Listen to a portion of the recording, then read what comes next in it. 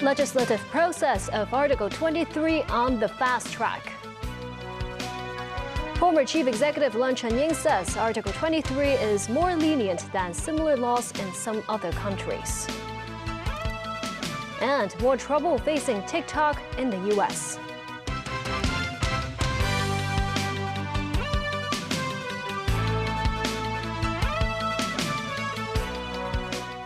Good evening and thank you for joining us. The legislative process for Article 23 of the Basic Law started today as the government gazetted the Safeguarding National Security Bill this morning. To fast-track the process, the Legislative Council completed the first and second readings of the bill in quick succession, with the bill committee set to hold additional meetings this Saturday and Sunday. Now the draft security legislation covers 5 new offences, including treason and insurrection. 政府法案首讀。 The first reading for the Safeguarding National Security Bill took place at the Legislative Council at 11 this morning. In around 10 to 20 minutes, the legislature completed the first reading and motioned for the second reading. National security risks remain imminent. The earlier we complete the legislative work, the sooner we can guard against national security risks. LegCo President Andrew Leung said there is no deadline for the Legislative Council to complete the legislation process, but he said all lawmakers share a common goal to have Article 23 legislated as soon as possible. I also fully agree that there is a genuine and urgent need for the legislation. We would spare no effort and work together to plug the national security loophole. The bill, over 200 pages in length, covers 5 new security offences, with more public spotlight on 2 crimes: acts with seditious intent and leaking state secrets. On acts with seditious intent, the proposed crime covers intentions to cause hatred or contempt against the government, residents of different regions of China and Hong Kong. That's unless the intentions are to give an opinion or point out an issue to improve the matter or system. The offence is liable on conviction to imprisonment of up to 7 years. If collusion with external forces is involved, the conviction carries a maximum 10-year prison term, much higher than the current 3-year sentence. If incitement of public disorder or violence is involved, the bill stated that only proof of the incitement is needed, and it's not necessary to prove there's intention to cause public disorder or violence. On state secrets, they include political, economic, social, and technological development-related secrets. Unlawful possession, acquisition, and disclosure of these secrets is liable to imprisonment for 3 to 10 years. The draft bill also stated clauses of exemption. First, it is a defense that the person did not know the information is a state secret or surrender the information to a police officer. The bill also included a list of specified disclosure, which refers to state secrets allowed to be revealed. They include any revelation that serves the public interest on matters that can seriously affect the government's performance of its functions or pose a serious threat to public order, safety, or health. But the whistleblower should take steps to consider any other practicable alternative actions before making the disclosure. Also, a newly introduced crime of external interference and organizations engaging in activities endangering national security.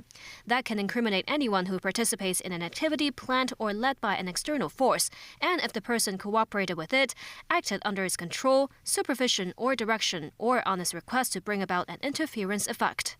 They include influencing the executive authorities of the central and SAR governments or the elections. It carries a maximum prison term of 14 years. The draft legislation for Article 23 covers 5 types of crime. Treason and insurrection carry the heaviest legal consequences, a maximum penalty of life imprisonment. The bill also intends to criminalize unlawful drilling and participation in banned organizations. The crime of treason applies to Hong Kong residents who are Chinese citizens with extraterritorial effect, meaning the law applies to acts committed outside or in the SAR.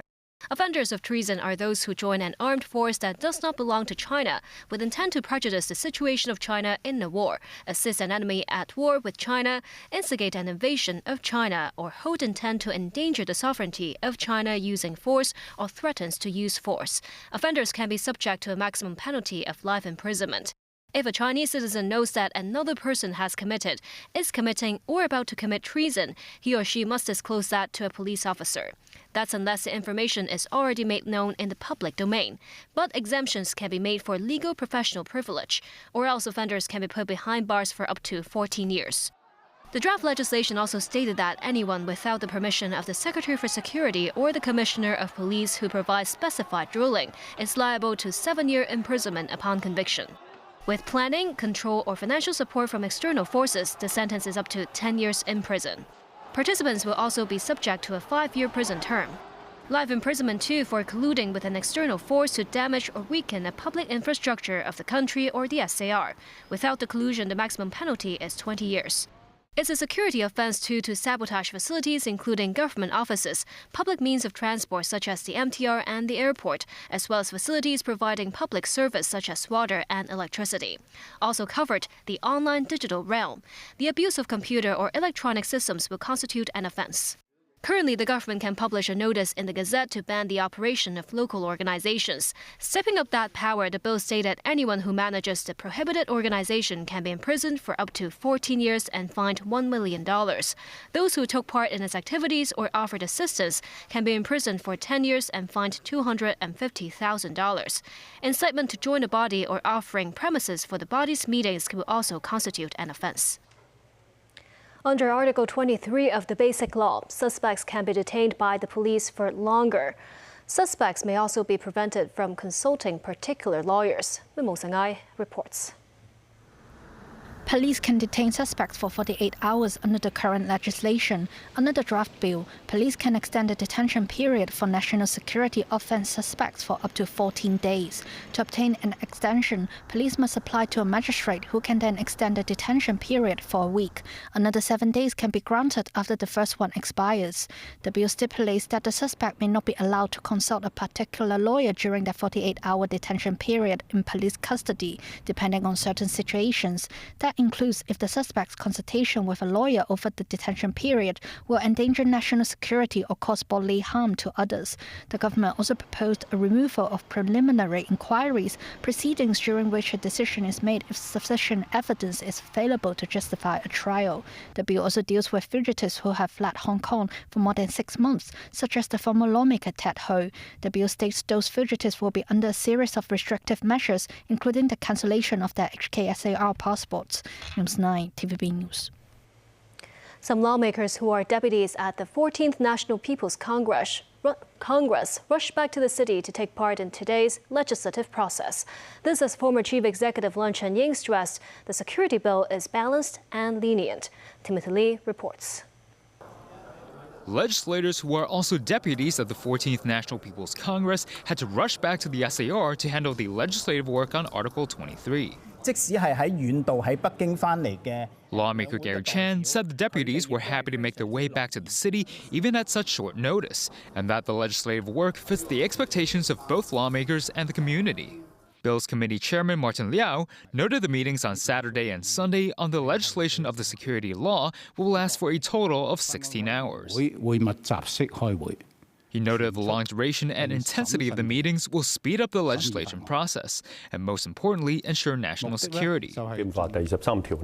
Sharing his views on Article 23 legislation, former Chief Executive Leung Chun-ying emphasized the security law is more balanced and more lenient when compared with those of some Western countries and Singapore. He added Article 23 fits the practical needs of the SAR. Former NPC Standing Committee member Tam Yu-chung believes Hong Kong will further gain the central government's trust after the bill is passed. Meanwhile, in an article named Peace in Hong Kong and Macau, published by state media Xinhua News Agency, said the security law article clearly states its powers and restrictions of the police. It added that the article removes suspicions about restrictions on freedom of speech and media freedom. Timothy Lee, TVB News. The second plenary meeting of the second session of the 14th National People's Congress was held in Beijing today. It was attended by President Xi Jinping and other state leaders. Zhao Leji, chairman of the NPC Standing Committee, delivered a work report saying that the body strengthened the legislation of multiple fields over the past year. They include the food safety laws, as well as the revision of anti-espionage and state secrets laws. Laying out the agenda for 2024, the report stated that the central government will continue to safeguard the constitutional and legal order enshrined in the Constitution and Basic Law for Hong Kong and Macau. Efforts will be dedicated to implementing the SAR's legal system and mechanisms to protect national security as well. In the U.S., a bill that could lead to the popular video sharing app TikTok being unavailable in the country is quickly gaining traction in the House. The measure gained the support of House Speaker Mike Johnson and could soon come up for a full vote in the House. The bill advanced out of committee on Thursday in a unanimous bipartisan vote of 50-0. The bill requires ByteDance Limited, which is based in Beijing, to divest TikTok within 180 days of enactment of the bill. Those applications will be prohibited in the United States. It creates a narrow process to let the executive branch to prohibit access to an app owned by a foreign adversary if it poses a threat to national security. Some lawmakers and critics of TikTok have argued the Chinese government could force the company to share data on American users. TikTok says it has never done that and wouldn't do so if asked.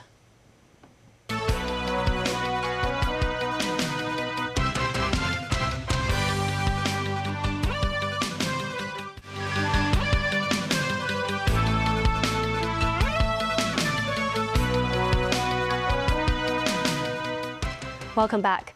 U.S. President Joe Biden delivered a defiant State of the Union speech as he faces a likely showdown with predecessor Donald Trump in November's presidential election. Biden hit out at the Republican frontrunner for espousing resentment, revenge, and retribution, and for jeopardizing freedom at home and abroad.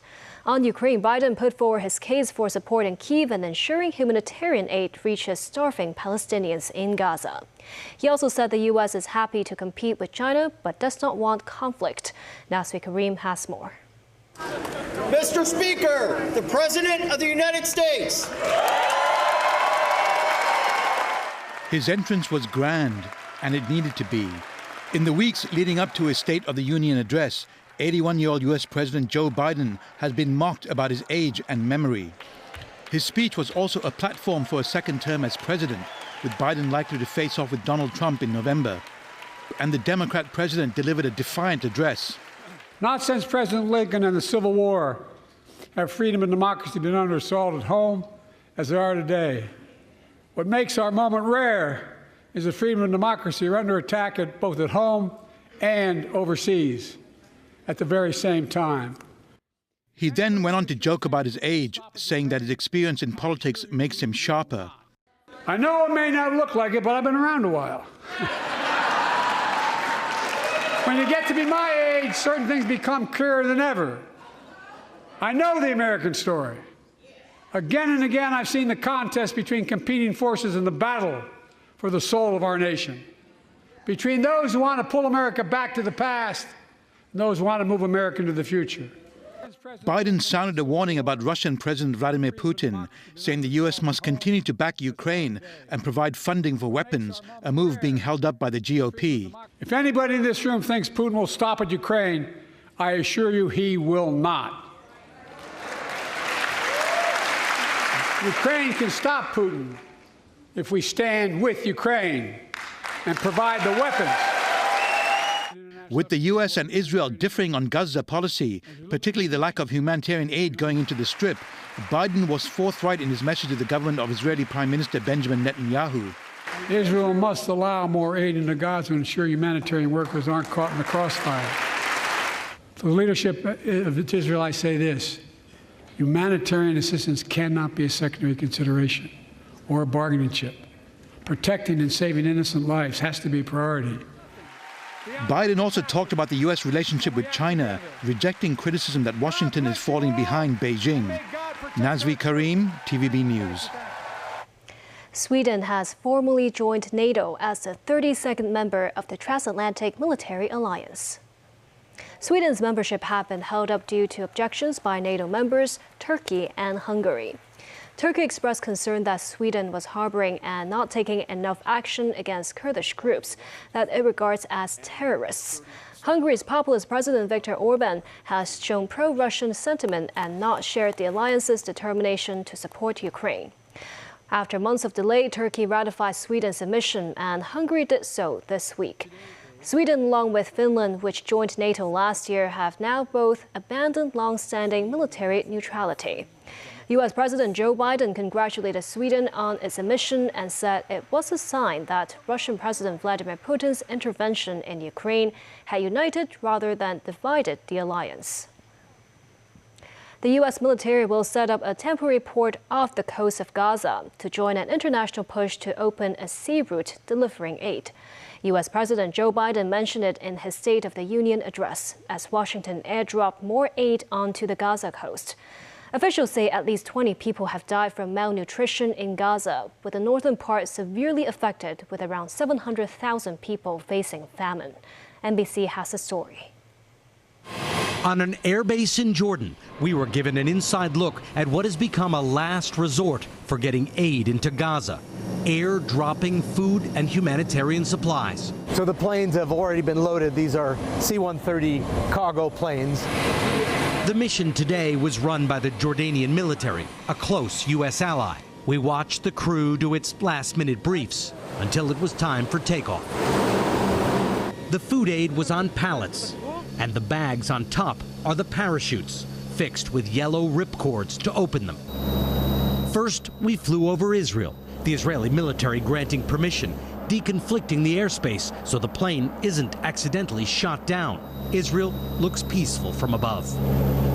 Then we reached Gaza, where the damage is clear and extensive. After Hamas's October 7th massacre, Israel is bombed and cut off Gaza so severely that people are now facing starvation.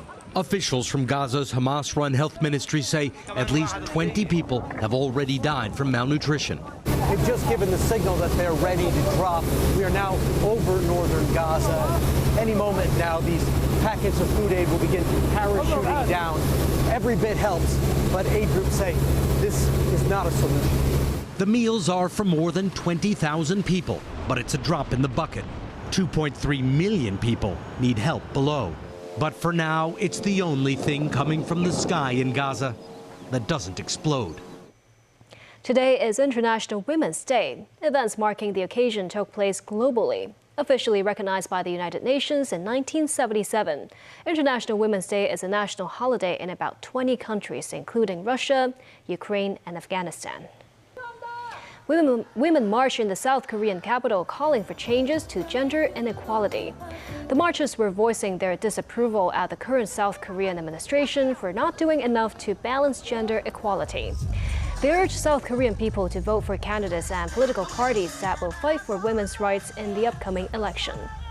In Bangkok, some protesters dressed like pregnant laborers and marched in front of the Democracy Monument. In Moscow, flower markets were buzzing with customers looking to buy gifts for the special women in their lives. And that's the news. Thank you for watching.